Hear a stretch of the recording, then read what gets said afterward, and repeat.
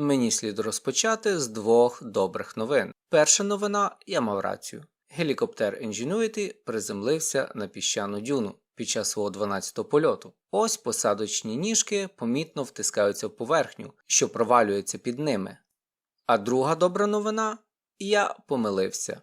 Гелікоптер не зісковзнув з дюни, хоча небезпека була не за горами.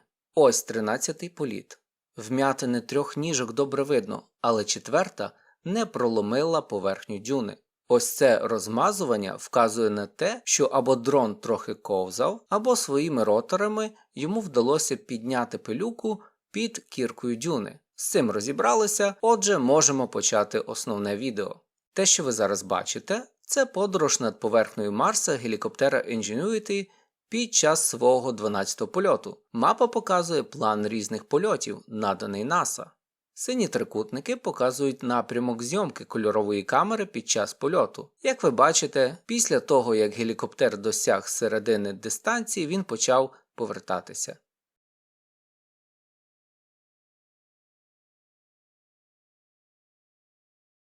І ось той самий план польоту, але склепав його я. Він майже ідентичний, але я б сказав, що мій дещо точніший. Щодо того, чому мій план польоту більш точний, ви, сподіваюсь, зможете самостійно здогадатися після перегляду цього відео. Ось відео польоту, але є деякі проблеми з цими чорно-білими зображеннями. Вони не дають контексту, вони мають низьку роздільність і в них немає реального відчуття напрямку. Де тут північ? Куди летить цей гвинтокрил? І в якийсь момент він навіть летить назад. Дійсно, це так само зачаровує, як і дезорієнтує. З іншого боку, у нас є ці 10 чудових кольорових знімків з високою роздільною здатністю з того ж 12-го польоту, але вони не дають відчуття цілісності польоту.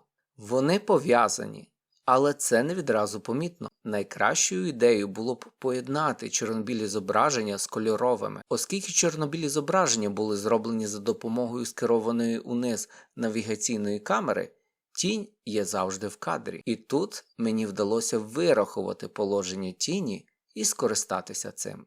Давайте розглянемо приклад того, що мені вдалося зробити. Це чорнобіле зображення того ж 12-го польоту має кругову структуру в центрі. Таку саму структуру можна побачити на кольорових зображеннях, зроблених в тому ж польоті. Я назвав цю структуру кришкою для каналізаційного люка. Сподіваюсь, ця назва приживеться. Тепер питання полягає в тому, щоб поєднати все в хронологічному порядку. Це можливо, тому що під час завантаження зображення зі сайту НАСА назва файлу вказує на точний час зйомки кадру. Ця система найменування зображень полегшує нанесення кожної тіні на кольорові зображення.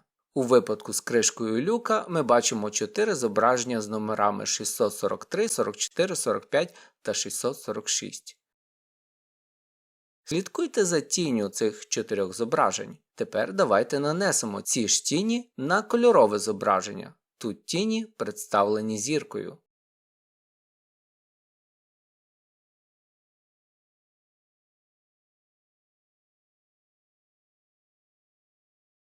Наразі ви повинні вже були здогадатися, що буде далі. Так, я знайшов і наклав кожну тінь всього 12-го польоту на кольорові зображення. Проблема цієї техніки полягає в тому, що зліт та посадка взагалі не потрапили в кадр 12-го польоту. На щастя, я використав кольорове зображення з попереднього, 11-го польоту, якому все ж вдалося сфотографувати більшість зльоту та всю посадку. Поки ви насолоджуєтесь тінями, що рухаються поверхнею Марса, у вас є два варіанти. Варіант перший. Вимкніть гучність і насолоджуйтесь видом, поки откровення з іншого виміру не скаже вам зробити протилежне. Варіант другий. Приділіть пильну увагу геологічним структурам, які виділені синім колом з додатковим візуальним поясненням у лівому нижньому кутку. Деякі кришки люків взяті з 12-го польоту, а деякі з інших джерел. Ви обрали Другий варіант. Дякую. Існує багато геологічних структур, які виглядають так, ніби вони були розбиті піском і часом. Але деякі з них, як ось ці кришки люків, майже круглі, що вказує на воду, яка протікала поруч, або інші процеси, що руйнують їх.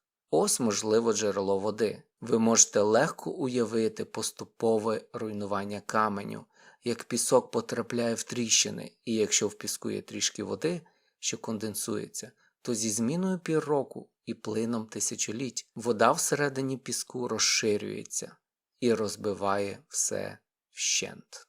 Тож насолоджуйтесь спогляданням того, як руйнується цей марсіанський валун. Анонс наступного відео.